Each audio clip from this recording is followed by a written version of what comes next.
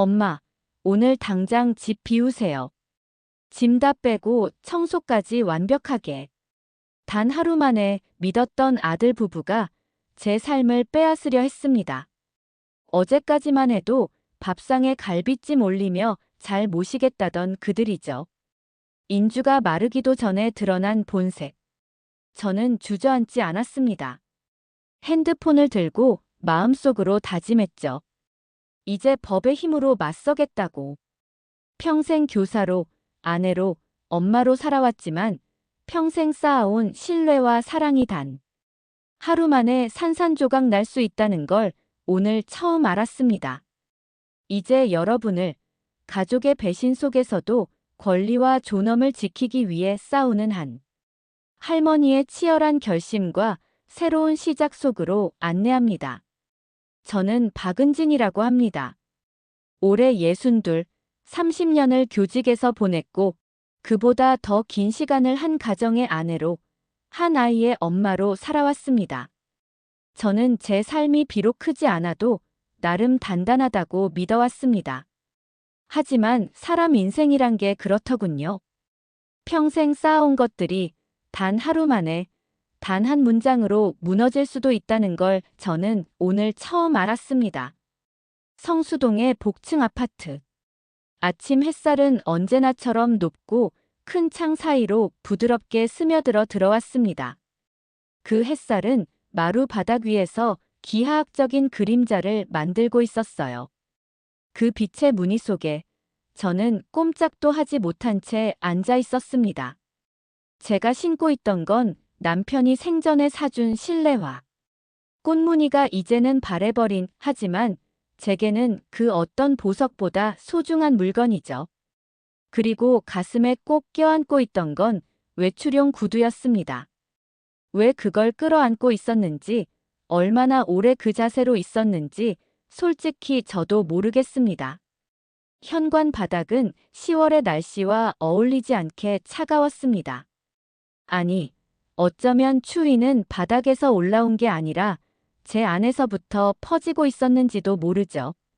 심장 밑바닥에서부터 차가운 바람이 피어올라 손끝까지 얼려버리는 것 같은 느낌.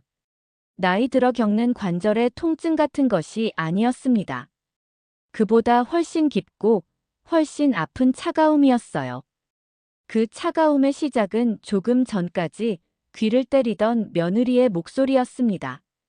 어머님, 이번 주까지 짐 다 싸서 나가세요. 이제 이 집은 저희 가족 공간이에요. 내용도 잔인했지만 저를 더 무너뜨린 건 그 말투였습니다. 마치 주말 장보기 얘기를 하듯 아무렇지 않은 목소리. 30년의 제 인생이 담긴 이 집을 그냥 치워야 할 짐 정도로 보고 있다는 듯한 태도. 사람이 저렇게까지 가벼운 목소리로 남의 가슴을 찢어놓을 수 있다는 걸 저는 그날 처음 깨달았습니다. 제 시선은 며칠 전만 해도 이 집의 주인이었던 공간, 바로 눈앞에 고개를 숙이고 서 있던 아들 도현이 서 있던 자리로 향하고 있었습니다. 눈을 감으면 아직도 그 모습이 생생하게 떠오릅니다. 제가 목숨처럼 아끼던 그 아이. 10개월을 품고 35년을 키운 그 아들. 그 아이는 말을 하지 못하고 바닥만 쳐다보고 있었어요. 제가 어릴 때 혼냈던 기억이 떠오를 정도로 어깨를 움츠린 채 말 한마디 하지 못하고. 그런데 이번엔 사과도 없었어요. 엄마 편을 드는 말도 없었어요. 그 어떤 보호도, 최소한의 항변도 없었어요. 며느리의 말보다 더 잔인하게 제 마음을 찢어버린 건 그 아들의 침묵이었습니다. 하지만 이 모든 끔찍한 일은 하루아침에 벌어진 게 아니었어요. 분명 전조가 있었죠. 그걸 제가 잊지 못한 것뿐. 고작 하루 전 저녁만 해도 우리는 셋이 식탁에 둘러앉아 있었습니다.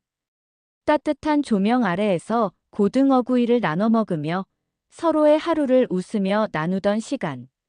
가현이가 도현이 회사 이야기에 웃어주던 순간 저는 속으로 얼마나 감사했는지 몰라요. 나는 참 복받았다. 그때 저는 그렇게 생각했습니다. 평생 고생하며 살았지만 마지막은 이렇게 따뜻하게 마무리되는구나 하고요. 하지만 그 따뜻함은 정말 24시간도 채 안 되어 산산조각 나버렸습니다. 나란히 앉아 밥을 먹던 사람들이 다음 날 아침엔 저를 이 집에서 내보내야 할 짐처럼 바라보고 있었으니까요. 그 아침은 조금 이상했습니다. 저는 평소처럼 일찌감치 일어나 부엌에서 아침을 준비하고 있었어요.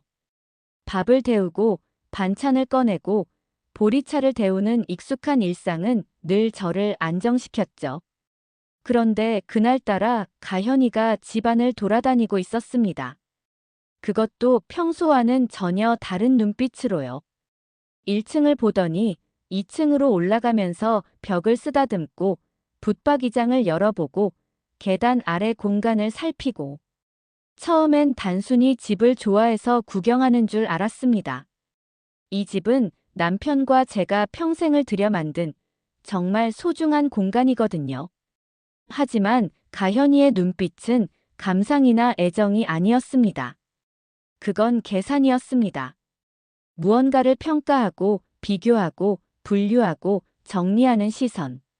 마치 부동산 감정사가 매물을 보는 것처럼. 그리고 저는 아직 모르고 있었죠. 전날 오후에 소유권 이전 서류에 서명했던 그 선택이 제 인생을 통째로 흔들어 놓을 줄은.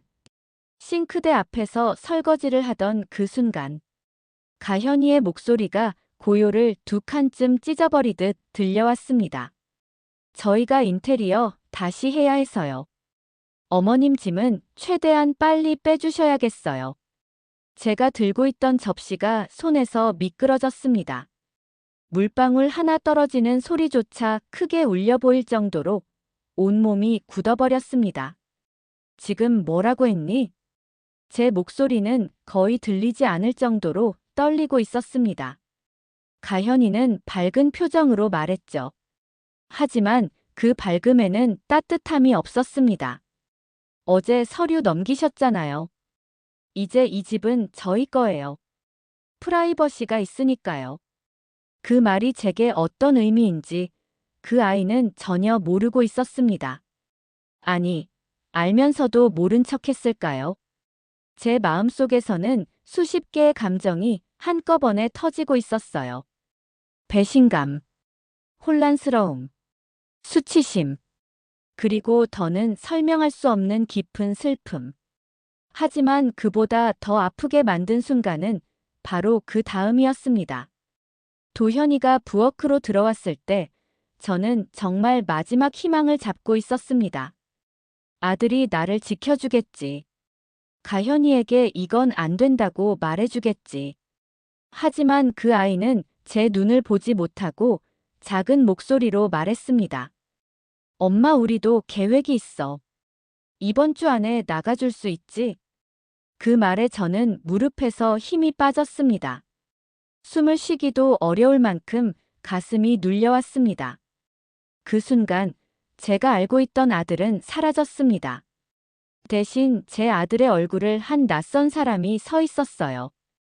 현관에 앉아 굳은 손으로 신발을 놓아버린 그 순간 제 손바닥에 새겨진 주름이 또렷하게 보였습니다.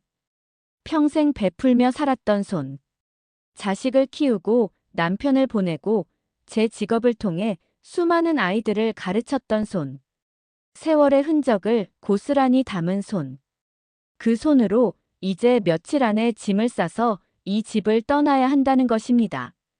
하지만 그 멍한 충격 속에서도 아주 작은, 정말 작지만 뜨거운 불씨가 하나 올라오고 있었습니다.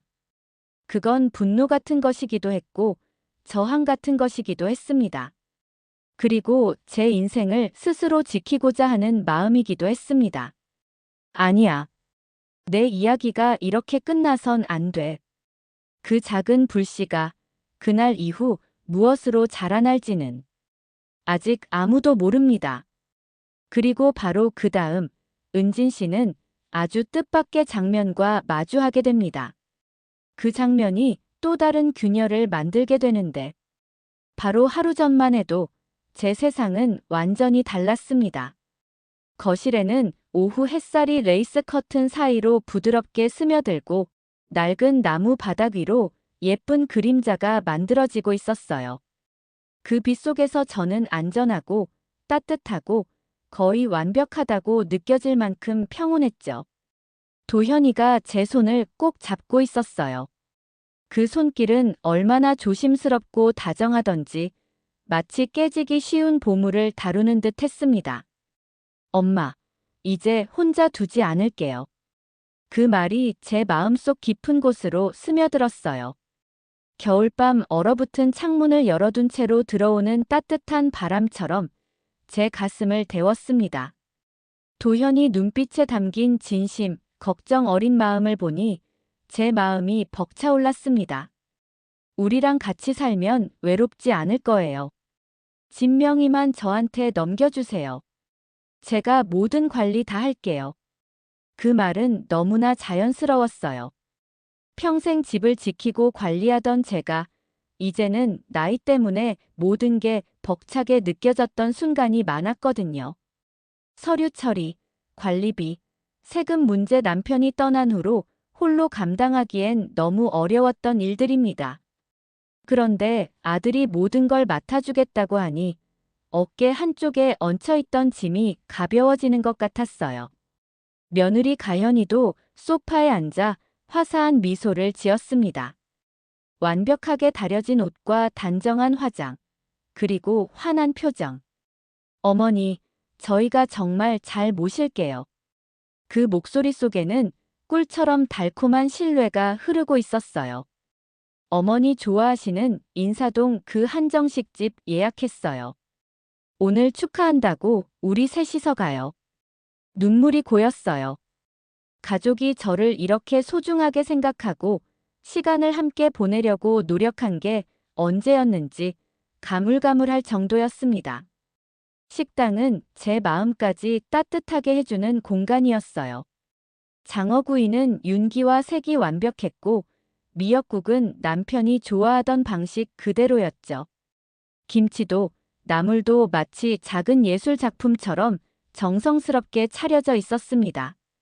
그 순간만큼은 세상 누구보다 제가 사랑받고 소중한 존재라는 걸 느꼈습니다. 도현이는 차를 공손히 따라주고 가현이는 장어를 제 접시에 올려주며 기운 차리셔야죠 라고 말했어요. 엄마, 평생 고생만 하셨잖아요. 이제 쉬시고 저희한테 맡기세요. 그 따뜻함 속에서 은진 씨는 오랫동안 느끼지 못했던 안도감과 소속감을 맛보고 있었습니다. 이 집이, 가족이, 그리고 아들이 곁에 있다는 것이 이렇게 행복할 수 있다니. 몇 년 만일까요? 아니, 어쩌면 평생 처음일 수도 있는 느낌이었어요. 그날 저녁 도현이네가 떠난 후 저는 침실 작은 제단 앞에 섰습니다. 남편의 사진 앞에서 향 연기가 조용히 위로 올라가고 있었죠. 여보, 이제 괜찮을 것 같아요. 숨을 고르고 마음을 정리하며 속삭였습니다.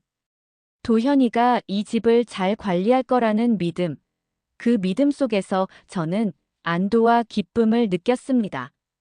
그런데 제가 그들을 완전히 믿었던 그 순간 모든 것이 계획된 연극이었다는 사실은 전혀 눈치채지 못했어요.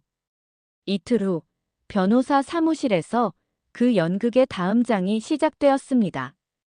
비싼 가죽 냄새와 갓 내린 커피 향이 섞인 공간, 윤이 나는 접수대와 벽에 걸린 현대 미술 작품들. 도현이가 팔꿈치를 잡아주며 중요한 사람을 안내하듯 제 곁을 지켰습니다. 변호사는 차분하고 능숙하게 서류를 펼치고 법률 용어가 빽빽하게 적힌 종이들을 앞에 두고 설명했습니다. 그냥 형식적인 거예요, 엄마. 도현이는 제 손을 잡듯 손가락으로 서명할 곳을 하나하나 가리켰어요. 이렇게 하면 집이 가족 안에 남고 법적으로 복잡한 일도 없고 상속세도 없고 정부 간섭도 없어요. 똑똑한 방법이에요. 모든 것이 너무 완벽했습니다. 믿음직스럽고 자연스럽고 합리적이고 저는 아들을 믿고 가족을 위해 옳은 일을 하고 있다고 확신했습니다. 서명할 때마다 떨리는 손끝에도 마음은 믿음으로 단단히 차 있었어요. 그리고 명예 이전은 그날 저녁 완료되었습니다. 축하한다며 이번엔 은은한 조명의 와인 리스트까지 있는 고급 레스토랑으로 안내되었죠. 가현이가 가족 사진을 찍자고 하며 셋이 꼭 붙어서 웃는 사진을 남겼습니다. 가족이 제일 중요해요. 모든 것이 완벽해 보였습니다. 하지만 그 환한 미소와 따뜻한 포옹 뒤에는 모든 다정한 말과 부드러운 손길 뒤에는 전혀 다른 무언가가 숨어 있었습니다. 차갑고 계산적인 의도, 봄날 물밑에 숨어 있는 얼음처럼 서늘한 계획이요. 그들은 원하던 것을 정확히 얻었어요. 30년을 일해서 삶을 쌓아온 그 집과 아들을 키우고 살아온 시간들이 이제 그들의 손 안에 들어왔습니다. 이제 법적 명의는 도현이로 바뀌었고 모든 서류는 처리되었습니다. 가면은 벗겨졌고 무대는 준비되었고 연기는 끝났습니다. 그럼에도 저는 아직 감사와 믿음 속에 있었죠. 악몽이 시작되려 한다는 사실조차 알지 못한 채로. 그날 이후 은진 씨의 일상은 전혀 예상치 못한 방향으로 흐르기 시작했습니다.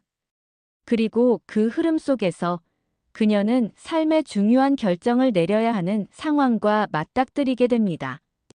그 결정은 단순한 선택이 아니라 그녀 존재 전체를 흔들어 놓는 그렇게 완벽하게 짜여진 속임수는 이제 본색을 드러내기 시작합니다. 침대 옆 전자시계가 빨간 불빛으로 새벽 2시 47분을 가리키고 있었어요. 은진 씨는 몇 시간째 천장만 바라보고 있었습니다. 머릿속은 온갖 생각으로 가득 차 있었고 잠이 올 리가 없었죠. 결국 은진 씨는 이불을 걷어차고 침대에서 일어났습니다. 몸을 움직일 때마다 무릎과 허리에서 익숙한 통증이 느껴졌어요. 은진 씨는 마치 유령처럼 집안을 돌아다니기 시작했습니다. 30년 전 자신이 직접 고른 나무 바닥 위를 맨발로 걷고 있었죠. 손끝으로 벽을 쓰다듬으며 세월이 남긴 작은 흠집과 금간 자국들을 느꼈습니다. 이 벽들은 살아있는 사람보다 은진 씨를 더 잘 알고 있었어요. 복층 아파트가 조용히 숨을 쉬고 있었습니다. 오래된 집만이 내는 소리들이 들렸죠. 집이 살짝 삐걱거리는 소리, 멀리서 냉장고가 웅웅거리는 소리, 수도관에서 나는 끙끙거리는 소리까지. 대부분의 사람들에게는 평범한 소리지만 은진 씨에게는 특별했습니다. 콘크리트와 벽으로 이루어진 건물이 아니라 자신의 30년 인생이 담긴 공간이었으니까요. 거실에 멈춰선 은진 씨. 동쪽을 향한 큰 창문으로 달빛이 쏟아져 들어오고 있었어요. 남편 정호 씨가 꼭 이 집을 선택했던 이유가 바로 그 창문 때문이었죠. 우리 나이 들면 여기서 함께 해 뜨는 걸 보자. 젊은 시절 정호 씨의 약속이 아직도 눈에 선하게 떠올랐습니다. 따뜻한 미소와 진지한 눈빛을 가진 정말 멋진 남자였죠. 그 기억은 은진 씨를 1995년으로 데려갔습니다. 처음 이 집에 발을 들였던 신혼의 순간으로요. 28살 갓 결혼한 부부.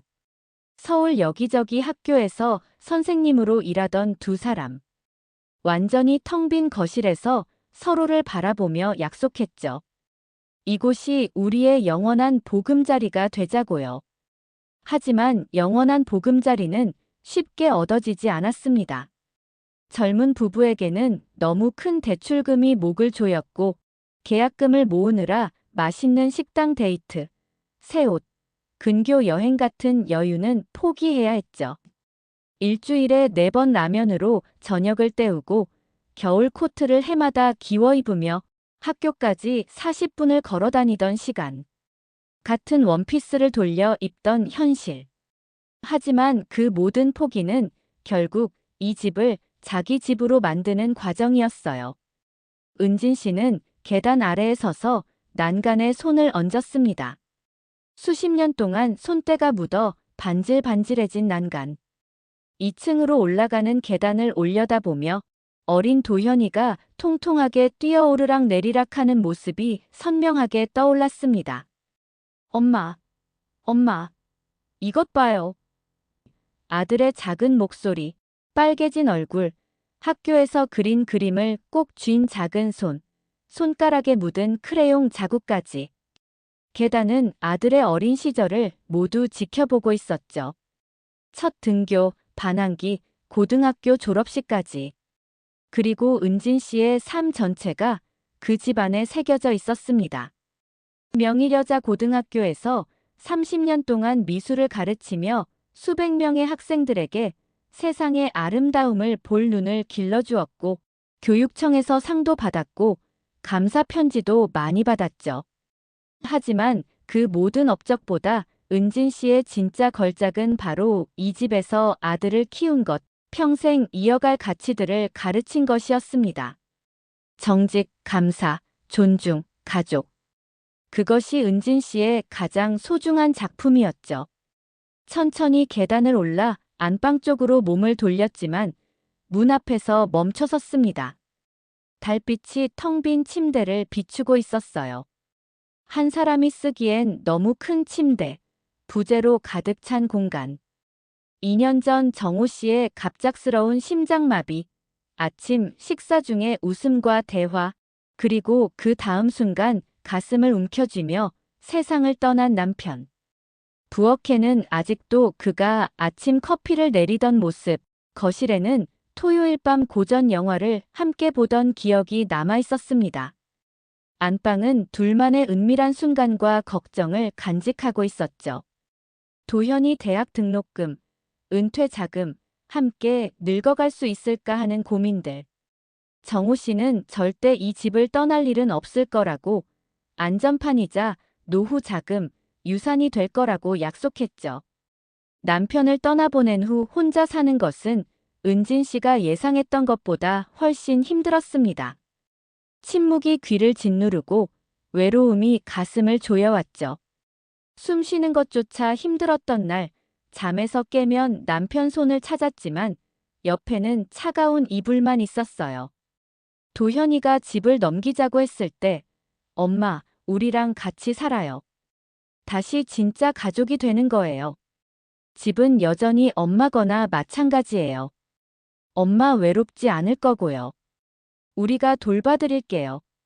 그 말은 간절한 기도에 대한 응답처럼 느껴졌죠. 다시는 혼자가 아닐 것. 아들이 부모가 세운 집을 지켜줄 것. 하지만 지금 한밤중 거리를 돌아다니며 은진 씨는 깨닫고 있었어요. 집을 넘긴 게 아니었습니다.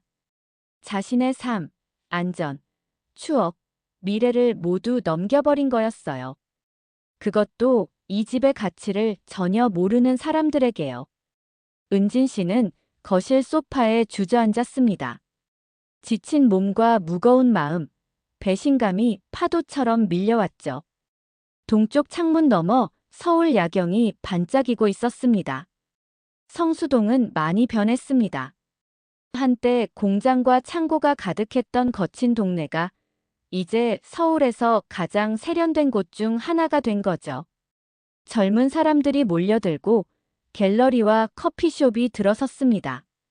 부동산 개발업자들이 건물을 차지하려 경쟁하고 있었고, 은진 씨가 1995년 어렵게 마련했던 복층 아파트는 지금 엄청난 가치를 지니고 있었습니다. 쉽게 20억 원은 넘을 수 있었고, 어쩌면 그 이상이었죠. 은진 씨는 순진했습니다. 믿고 싶었죠. 가족과 함께 있고 싶은 마음이 간절했으니까요. 그래서 진짜 상황을 보지 못했습니다.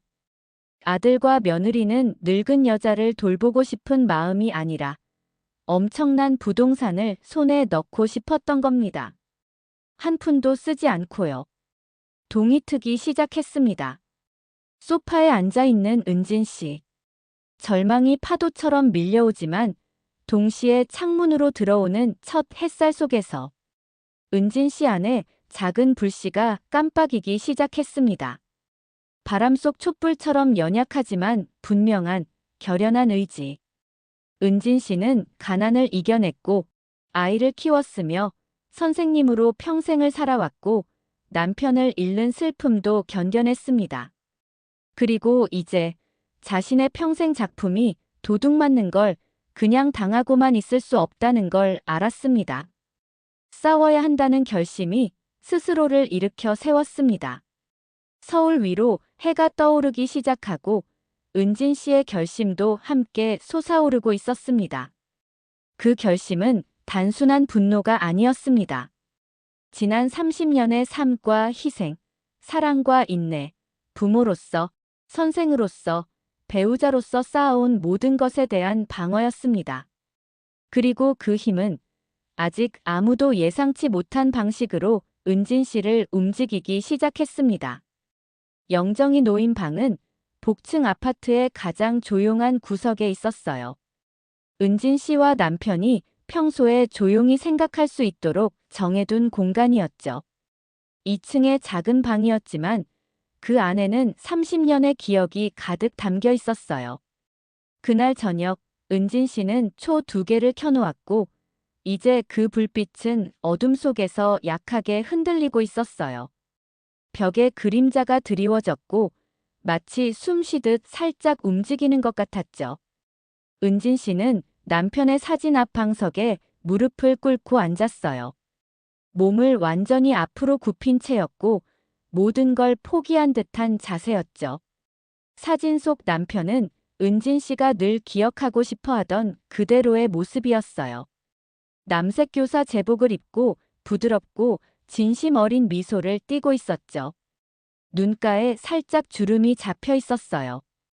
은진 씨는 그 미소가 남편의 행복을 말해주고 있다고 느꼈죠. 사진 액자는 늘 깨끗하게 닦아왔어요. 남편이 돌아가신 이후 단 하루도 빠짐없이요. 하지만 오늘 밤은 달랐어요. 눈물 때문에 얼굴이 뚜렷이 보이지 않았고 목소리는 떨려서 제대로 나오지도 않았죠. 여보, 나는 아들한테 집 줘서 잘했다고 생각했어요. 그런데 틀렸어요. 내가 정말 잘못했어요. 말이 끝나자 깊은 침묵이 찾아왔어요. 당연히 대답은 없었고 지글거리는 촛불 소리만 방 안에 울렸죠. 멀리서 들려오는 동네 소음과 2층 복도의 불빛이 방까지 길게 뻗어오고 있었어요. 그림자가 길게 늘어나 은진 씨의 외로움을 더 크게 만드는 것 같았죠. 아파트 안의 깊은 고요 속에서 은진 씨의 조용한 흐느낌만이 유일한 소리였어요. 갈 곳 없는 절망적이고 사적인 슬픔이었죠. 은진 씨는 이렇게 철저하게 혼자라고 느껴본 적이 없었어요. 주변 아파트와 한때는 동반자와 가족의 따뜻함으로 가득했던 이곳이 이제는 무덤처럼 느껴졌어요. 은진 씨는 이미 유령 같았어요. 자기 인생을 떠도는 유령이었죠. 평생 키운 아들, 도현. 10살 때 간호하고 숙제를 도와주고 실패할 때 격려하고 성공할 때 함께 기뻐했던 그 아이가 아무런 생각 없이 엄마를 버린 것 같았어요. 평생 맡겼던 가족이라는 울타리가 알고 보니 낯선 사람들이 익숙한 얼굴을 쓰고 있었던 거죠. 감정들이 쉴 새 없이 밀려왔어요. 먼저 무력감이 몰려왔죠. 숨이 막히는 것 같았어요. 출구 없는 상황에 갇힌 것 같았고 힘도 없고 통제할 수도 없었죠. 강물에 떠내려가는 낙엽처럼 붙잡을 수 있는 게 아무것도 없었어요. 이어 배신감이 밀려왔어요. 날카롭고 사나운 감정이었죠. 내 피를 나눈 바로 그 사람이 어떻게 나를 속일 수 있지? 분노가 가슴 속에서 뜨겁게 타올랐어요. 소리치고 싶은 마음, 뭔가를 부수고 싶은 충동이 올라왔죠. 하지만 분노 밑에는 더 무서운 감정이 숨어 있었어요. 바로 자기 자신에 대한 죄책감이었죠. 머릿속에서는 교활한 목소리가 속삭였어요. 내 잘못이야. 알았어야 했어. 눈치챘어야 했잖아. 이렇게 어리석을 수 있어. 은진 씨의 마음속에서는 지난 몇 주가 잔혹하게 재생되고 있었어요. 도현과 나눈 대화들을 하나하나 살펴보며 놓쳤던 단서를 찾아보았죠. 재산 이전 얘기할 때 아들이 눈을 너무 빨리 돌린 건 아니었을까? 아들의 안심시키는 말들이 연습된 것처럼 매끄러웠던 건 아닐까? 가현의 미소 속 공허함은 없었을까? 신호들은 있었어요. 하지만 그때 은진 씨는 혼자 있기 싫어서, 가족의 사랑을 절실히 원해서 모든 경고를 무시했어요. 간절함이 은진 씨를 약하게 만들었던 거죠. 촛불은 점점 낮게 타들어갔고 빛은 점점 어두워졌어요. 은진 씨는 계속 무릎 꿇은 채로 시간을 보냈죠. 다리가 저리고 등이 뻣뻣했지만 정신은 너무 지쳐서 움직일 수 없었어요.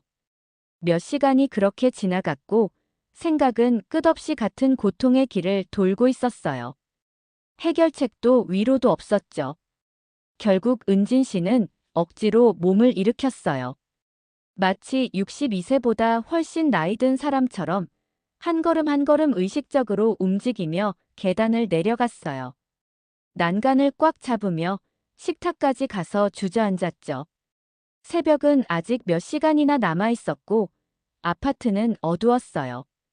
커튼 사이로 들어오는 가로등 불빛만이 방 안을 희미하게 비추고 있었죠.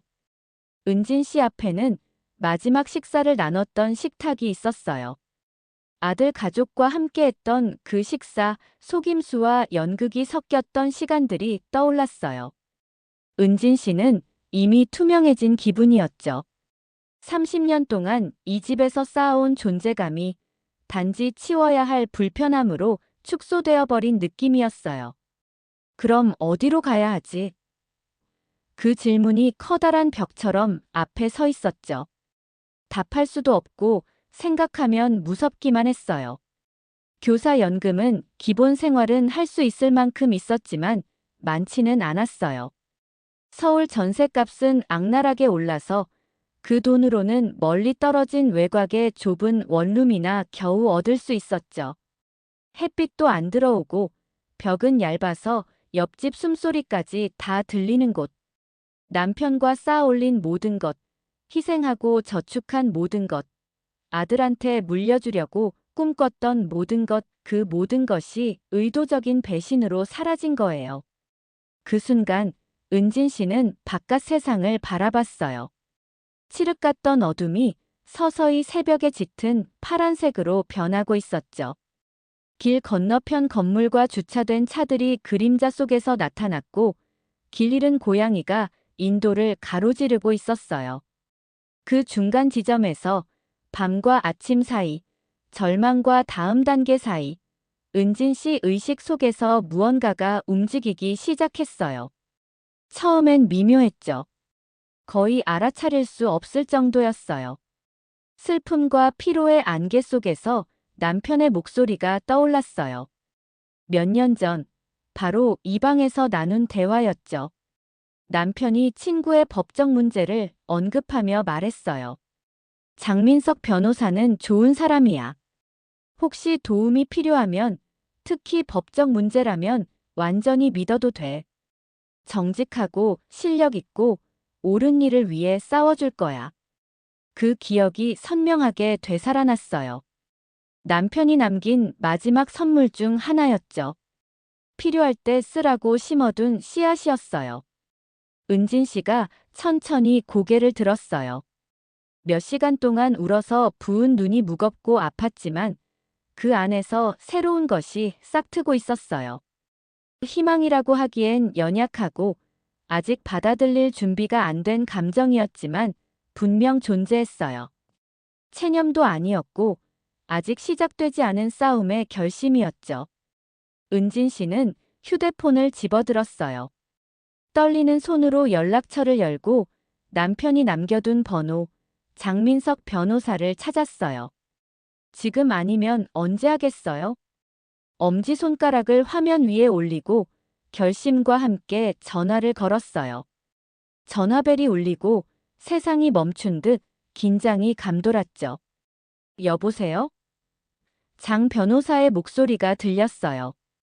은진 씨는 울어서 쉰 목소리로 말했어요. 장 변호사님, 저 박은진이에요. 이렇게 이른 시간에 전화드려서 죄송한데요. 제가 큰일 났어요. 도시를 가로질러 전파를 타고 전달되는 순간 이틀 만에 처음으로 세상이 무너진 이후 처음으로 은진 씨는 절망 말고 다른 것을 느꼈어요. 작지만 연약하지만 틀림없는 것. 희망이었죠. 어쩌면 이 악몽의 결말은 아직 쓰여지지 않았고 다시 쓸 수 있을지도 몰라요. 은진 씨는 한동안 가만히 앉아 있었습니다. 마음속에서 무거운 돌덩이가 서서히 움직이는 듯 했습니다. 숨을 깊이 들이마시고 내쉬면서 잃어버린 시간과 배신의 상처가 서서히 뒤섞였습니다. 하지만 그 안에는 이전과는 다른 감각이 있었습니다. 바로 가능성이라는 작은 불씨였죠. 희망이라 부르기에는 아직 연약하고 조심스러운 하지만 분명히 존재하는 빛이었습니다. 눈앞에 민석 변호사가 차분하게 서류를 정리하며 설명하는 동안 은진 씨의 마음속에서는 한 줄기 단호한 의지가 자라기 시작했습니다. 이제는 단순히 살아남는 것이 아니라 자신에게 돌아와야 할 것을 되찾겠다는 결심이었습니다. 민석 변호사는 다시 한번 은진 씨를 바라보았습니다. 그 눈빛 속에는 법적 전문성과 함께 인간적 연민이 묻어 있었죠. 여사님, 이 과정은 단순히 재산을 되찾는 문제가 아닙니다. 가족과의 갈등, 배신, 상처와 마주해야 하는 과정이에요. 감정적으로 가장 힘든 일이 될 수도 있습니다. 하지만 여사님은 법적으로 확실한 권리를 가지고 있습니다. 그리고 그것을 행사할 자격이 충분히 있습니다. 은진 씨는 그의 말을 들으며 마음속으로 조용히 고개를 끄덕였습니다. 그동안 억눌러왔던 분노와 슬픔이 천천히 밖으로 스며나오는 것 같았어요. 눈물이 나오려는 것을 겨우 참으며 손을 주머니에 꼭 쥐었습니다. 차가운 손끝이 조금씩 따뜻해지는 기분이 들었죠. 그 감각이 그녀에게 힘을 주었습니다. 사무실 창밖으로는 서울의 늦은 오후가 여전히 바쁘게 움직이고 있었습니다. 회사원들이 발걸음을 재촉했고 배달 오토바이들이 차 사이를 능숙하게 비집고 지나갔죠. 그 모습은 마치 도시가 아무 일 없다는 듯 계속 앞으로 나아가는 것처럼 보였습니다. 하지만 은진 씨가 앉아있는 이 사무실 안은 전혀 다른 시간과 공간처럼 느껴졌습니다. 법률 서적과 증명서들이 촘촘히 쌓여있는 공간, 차가운 보리차 잔마저 무게를 잃은 듯한 이곳에서 그녀의 미래가 새롭게 설계되고 있었습니다. 희미하지만 확실하게 다시 시작할 수 있다는 가능성이 눈앞에 펼쳐지고 있었어요. 은진 씨는 책상 위 메모지를 바라보며 마음속으로 다짐했습니다. 이제는 도망치지 않겠다. 더 이상 누구에게 내 마음과 집을 빼앗기지 않겠다. 심장이 빠르게 뛰었지만 그 소리는 두려움이 아니라 각오와 결심의 박동이었어요. 몇 년 동안 쌓인 상처가 아직 아프지만 그것을 증거와 법률로 굳건히 지켜낼 수 있다는 사실이 마음을 묵직하게 채웠습니다. 머릿속으로 사건의 흐름을 정리하며 증인 문자 기록, 이메일, 녹음까지 필요한 자료들을 하나하나 떠올렸죠. 앞으로 며칠, 몇 주, 혹은 몇 달 동안 해야 할 일들이 머릿속에서 계획처럼 펼쳐졌습니다. 복잡하지만 한편으로는 이 과정이 그녀를 더 강하게 만들 것임을 직감했습니다. 민석 변호사는 천천히 자리에서 일어나 책장을 바라보았습니다. 낡은 책등 사이로 눈길을 옮기며 여사님, 이 사건은 단순한 증여 취소가 아닙니다. 법과 인간관계, 신뢰와 배신이 얽힌 문제예요. 가족이라도 가까운 사람일수록 법의 보호가 필요할 때가 있습니다. 그의 목소리는 낮았지만 분명했고 은진 씨의 귀에 단단하게 박혔습니다. 잠시 침묵이 흐른 후 은진 씨는 힘을 주어 말을 꺼냈습니다. 제가 증거를 다 모아야 한다면 어디서부터 시작하면 될까요? 민석 변호사는 부드럽게 고개를 끄덕이며 서류를 정리했습니다. 먼저 명예 이전 직후의 모든 대화 기록을 확보해야 합니다. 문자 메시지, 이메일, 녹음, 증인 진술, 그 모든 것이 여사님의 권리를 입증하는 중요한 증거가 됩니다. 사건이 빨리 진행될수록 저희에게 유리합니다. 처음부터 계획된 배신이었다는 걸 보여줄 수 있으니까요. 은진 씨는 마음속으로 다짐을 더 단단히 했습니다. 이전에는 한숨과 눈물 속에 파묻혀 있던 자신이 이제는 목표를 향해 움직이려 하고 있음을 느꼈습니다. 단순한 분노가 아닌 정의와 권리를 되찾겠다는 의지가 몸속 깊이 퍼지고 있었죠. 몇 년간 쌓인 체념과 상처가 한순간 녹아내리며 차가운 현실 속에서도 작은 희망의 불씨를 품을 수 있게 되었습니다.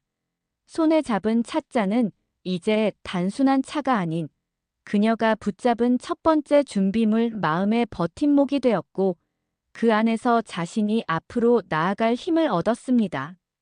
사무실 공기가 조금 더 따뜻하게 느껴졌습니다.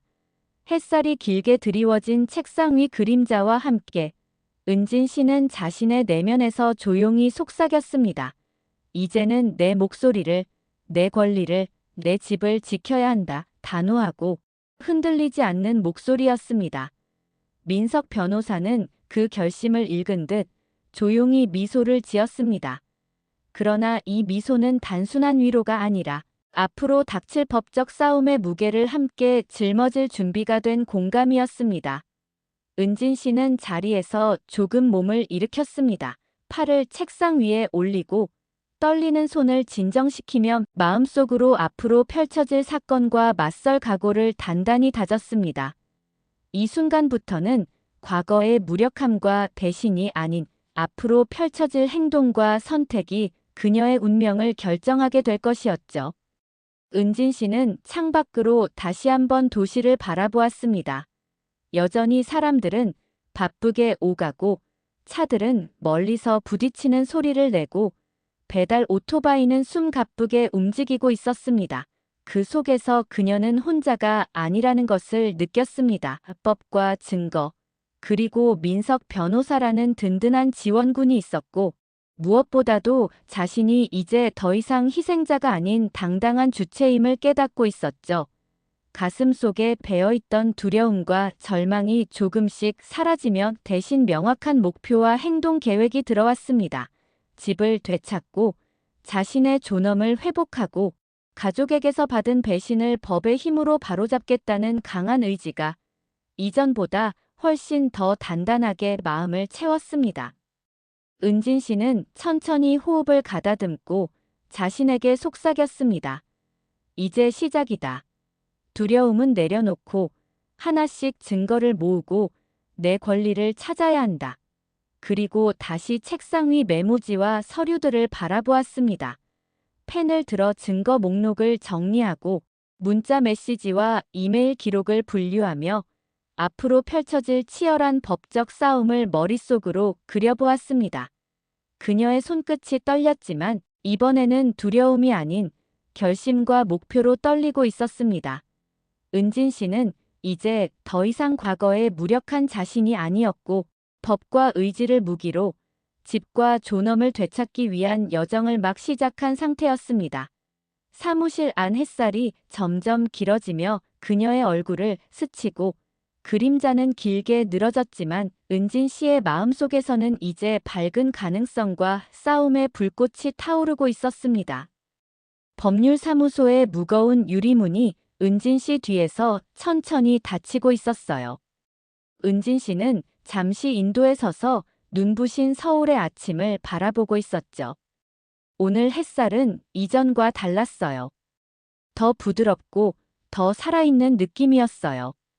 햇빛이 은진 씨의 얼굴을 어루만지며 오랜만에 느껴보는 포근한 온기를 전하고 있었죠. 며칠 만에 처음으로 숨을 깊게 들이마셨을 때 가슴이 아프지 않았어요. 긴장과 절망으로 꽉 막혀 있던 숨이 아니라 자신의 힘과 선택을 다시 확인하는 숨이었죠. 손에는 박 변호사가 건네준 노란색 서류 봉투가 들려 있었어요. 안에는 법 조항, 판례, 사건 기록들, 앞으로 맞서야 할 싸움에 필요한 모든 근거들이 들어 있었지만 그 어떤 서류보다 중요한 건 은진 씨 마음속에서 다시 타오르기 시작한 불씨였어요.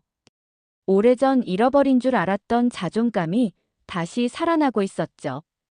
큰 길 쪽으로 걸음을 옮기며 은진 씨는 문득 자신의 발걸음을 느꼈어요. 지난 이틀 동안 주춤거리며 질질 끌던 발걸음이 아니었죠. 지금 걷는 발걸음은 단단하고 똑바른 힘이 실려 있었어요. 이제는 자신이 할 수 있는 일이 있다는 걸 아는 사람의 걸음이었어요.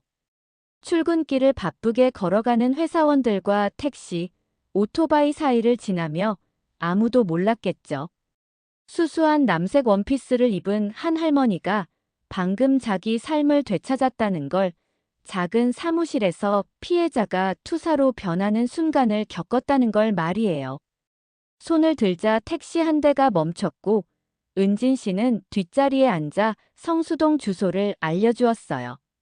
무릎 위 서류 봉투의 무게가 이제는 책임감과 확신처럼 느껴졌어요. 박 변호사의 목소리가 여전히 머릿속에서 울렸죠. 이게 증거입니다. 어르신이 이용당했다는 증거예요. 법이 바로 어르신 같은 분들을 지키기 위해 있는 겁니다. 택시는 서울의 끝없는 차들 사이를 헤집고 달리고 있었어요. 창밖으로 보이는 도시는 콘크리트와 유리, 오래된 한옥과 새로 지어진 건물이 섞인 혼재의 풍경이었죠. 은진 씨는 이 도시에서 73해를 살아왔어요. 어린 시절 뛰놀던 종로의 골목, 남편과 결혼한 교회, 아들을 키운 학교, 오래된 공원 묘지까지 모든 곳이 그녀의 삶과 추억으로 꽉 차 있었죠. 그런 그녀에게 친아들이자 가장 가까운 사람이 집을 돈처럼 취급하고 배신한 현실은 참담했지만 동시에 분노와 결심을 단단하게 만들었어요. 택시는 성수동의 익숙한 거리로 들어섰고 은진 씨는 집 근처에 다다르자 안도의 숨을 내쉬었어요. 가현 씨의 은색 SUV가 없다는 사실은 이제 혼자가 아니라 싸움을 준비할 수 있는 시간을 가졌다는 의미였죠. 기사에게 요금을 주고 은진 씨는 현관문을 열고 아파트 안으로 들어섰어요. 안으로 들어서는 순간 지난 이틀간 느꼈던 무거운 침묵과 달리 고요하고 평화로운 기운이 공간을 채우고 있었어요. 은진 씨는 핸드백과 서류 봉투를 식탁 위에 내려놓고 각 방을 천천히 돌아보기 시작했죠. 부엌, 거실, 계단, 안방까지. 28년 동안 남편과 함께 쌓아온 삶의 흔적이 곳곳에 남아 있었어요. 안방에 들어서자 남편 정호 씨의 사진이 화장대 위에 놓여 있었죠. 60번째 생일에 찍은 정장 사진. 은진 씨는 액자를 들어올리고 유리를 손가락으로 쓰다듬으며 속삭였어요. 여보, 우리 아들이 어떻게 됐는지 당신이 볼 수 있으면 좋겠어요. 가슴속 깊은 슬픔이 치밀었지만 동시에 결심이 단단해지는 순간이었어요. 정호 씨라면 분명 이렇게 말했을 거예요. 싸워, 은진아. 우리가 쌓아 올린 걸 빼앗기지 마. 우리 희생을 욕되게 하지 마. 은진 씨는 다시 화장대를 정리하고 핸드백에서 휴대폰을 꺼냈어요. 메시지를 작성하며 손이 살짝 떨렸지만 두려움 때문은 아니었어요. 이제는 조용히 당하지 않겠다는 확신, 정당한 분노 때문이었죠. 한 글자 한 글자 분명하고 신중하게 메시지를 썼어요. 도현아, 우리 얘기 좀 해야겠다. 엄마가 변호사 상담받고 왔어. 너랑 가현이가 한 짓은 도덕적으로도 잘못됐지만 법적으로도 문제가 있는 거야. 엄마가 사랑으로 집을 준 건데 너희는 잔인함으로 갚았구나. 엄마가 법적으로 증여 취소할 거야. 3번씩 읽으며 문장이 정확히 하고 싶은 말을 전달하는지 확인했죠. 잘못 해석될 여지가 없도록 사실 그대로를 전달하는 문장이었어요. 메시지를 전송하고 잠시 숨을 고른 뒤 창밖을 바라봤어요. 마음속에 묵직하게 자리 잡은 평화가 서서히 온몸을 감쌌죠. 휴대폰이 울리기 시작했지만 은진 씨는 받지 않았어요. 그녀는 식탁에 물 한 잔을 따라 놓고 이틀 만에 첫 제대로 된 식사를 시작했죠. 찌개가 가스레인지에서 보글보글 끓고 식은 취나물과 밥이 준비되어 있었어요. 한 입, 한 입이 단순한 음식이 아닌 되찾은 힘과 권리를 맛보는 순간이었죠. 은진 씨는 오늘 하루를 이렇게 마무리하기로 했어요. 법적 절차는 내일부터 시작될 거예요. 박 변호사에게 전화해서 모든 서류를 모으고 싸움을 준비할 거예요. 도현이와 가현이와의 충돌도 피할 수 없을 거고 힘든 순간이 올 거예요. 하지만 오늘, 지금 이 순간만큼은 자기 집에서 자기 힘으로 준비한 식사를 즐기는 한 여자가 되어 있어요. 이 작은 평화 속에서 은진 씨는 확신했죠. 자신이 선택하고 싸울 권리가 있음을, 존엄과 권리를 지킬 가치가 있음을, 아무도 그녀를 약자로 만들 수 없음을.